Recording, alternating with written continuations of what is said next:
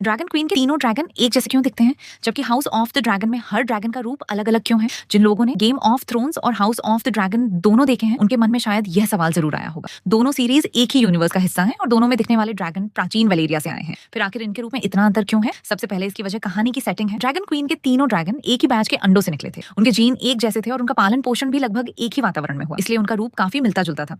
हालांकि ड्रोगन को कभी कैद में नहीं रखा गया, वह लगातार खुले वातावरण में बढ़ता रहा, इसलिए उसका आकार बाकी दोनों से ज्यादा बड़ा हो गया। वहीं हाउस ऑफ द ड्रैगन में ड्रैगन अलग अलग नस्लों और पीढ़ियों से आते हैं। उनकी उम्र में भी बहुत बड़ा अंतर है। जैसे वहागर लगभग 200 साल पुराना है, जबकि कुछ ड्रैगन अभी अभी पैदा हुए थे। वे एक ही अंडों से भी नहीं निकले थे, इसलिए उनके आकार और रूप में इतना बड़ा अंतर दिखाई देता है। दूसरी वजह सीरीज का बजट भी था।